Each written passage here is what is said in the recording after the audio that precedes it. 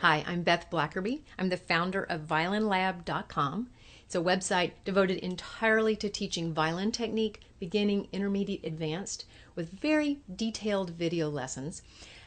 So in this video, I have a limitation of 10 minutes. It's impossible to teach anyone to vibrate in 10 minutes, but I'm going to try to give you as much information as I possibly can on learning vibrato.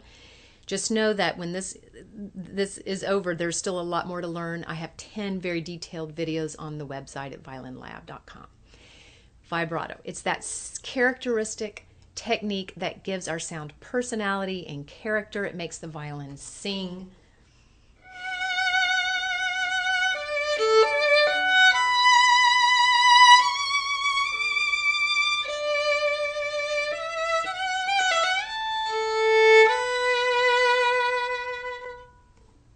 Now, I realize I can't tell you everything I need to tell you now, but I'm going to tell you the most important things. A, this is not something you can learn quickly. It takes time to learn vibrato. You have to incorporate the exercises into your practice. Over time, weeks, perhaps months, you will start to be able to vibrate. The first thing is you really need to start without the bow. Just do these exercises. Take 5 minutes before you play other things. I'm going to teach you the wrist vibrato motion. I do have a video on arm vibrato, but for the sake of time, we're just going to do wrist. This is very important right here. Okay, vibrato is an impulse forward and a rebound back. Okay, sometimes when teachers teach vibrato, they teach it as two movements.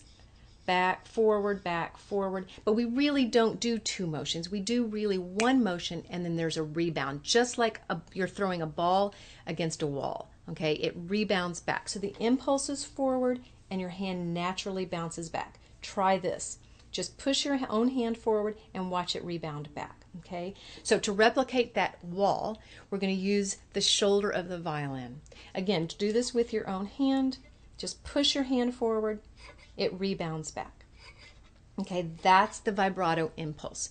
So we start without the bow. We start without any pressure on the strings, so that we can really get a freedom of movement. You want to train a regularity. That's the other next important thing, is that it's a very regular, even motion. So you start with this impulse, and it's just going to be a little quick movement forward, rebound back. You're sliding on the strings, second and third finger sliding forward and then popping back. Now, again, vibrato is a movement below the pitch to the pitch. So even though this looks like I would be moving in front of the pitch, back to the pitch, that's not really what's going to happen. Okay, we're just getting the motion. So we do this. Okay, you're going to build regularity and you're going to build in tempo. You're going to build in a regular beat. Okay, so after you sort of get the hang of this, and this I mean weeks later, then you're going to start adding a metronome beat to it, or you can just think a regular pulse. Beat, beat, beat, beat, like this. Okay, and get this to where you can do approximately this, about this speed. And it's very regular, it's very loose. Okay, then we're going to add the bow. We're not going to add pitch yet. We're not going to hold the fingers down. It's still going to be harmonic pressure, which means the fingers are just resting on top of the string. And it's going to be this ghosty, wobbly sound, and that's what you want. Okay, again, don't expect a vibrato pitch yet. So just this ghosty sound with very slow bows. And as you do this, give some attention to your bow hand. We want to start establishing independence from the left hand to the right hand, so that they don't interact. That regardless of what you're doing with the right hand, your left hand will be like a motor. The vibrato is like a motor. You can turn it on and turn it off at will. So long, slow bows as you do regular pulses.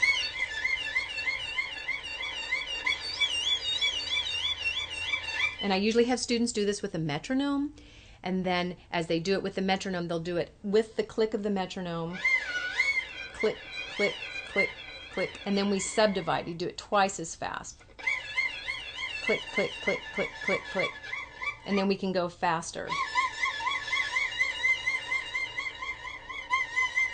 Okay? And then once that's established, we start to add a little bit of pressure, okay? And we just go incrementally, 10%, 20%, 30%. So when I start to add the pressure, we start to hear a little bit more of a focused pitch, okay? We still want a wide amplitude because the best vibratos have a wide amplitude. It's just fast. If you watch soloists, they have a huge vibrato, but it goes very fast and has a very rich and powerful sound. We don't want to build in a very narrow vibrato. So as I add a little bit of pressure,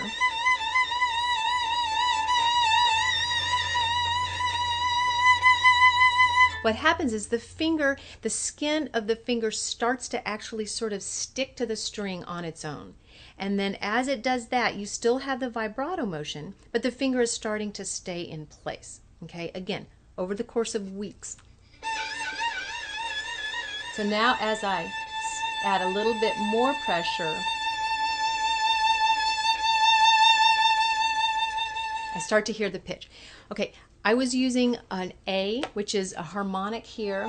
This is a good pitch to start working with because even with 50% pressure, you start to hear a clear sound. Okay, now I want to tell you a few things. These are some really common mistakes I see with students all the time.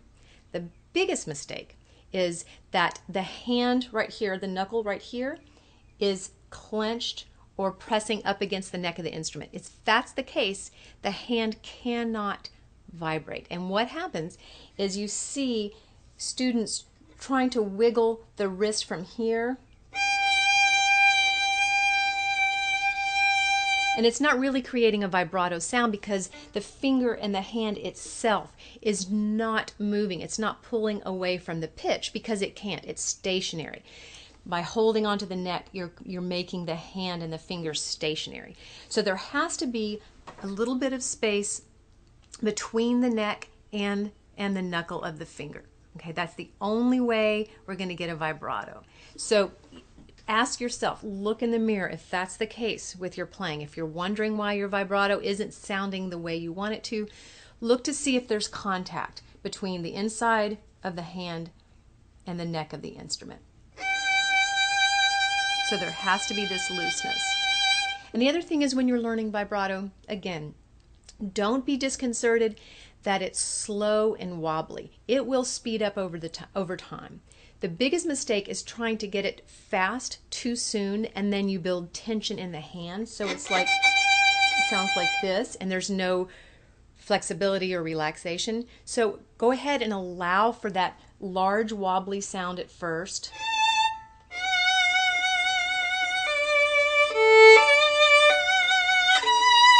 That's all right.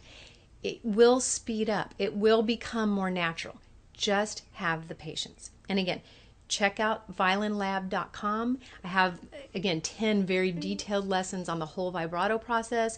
I have shifting videos on how to bow straight, beginning lessons,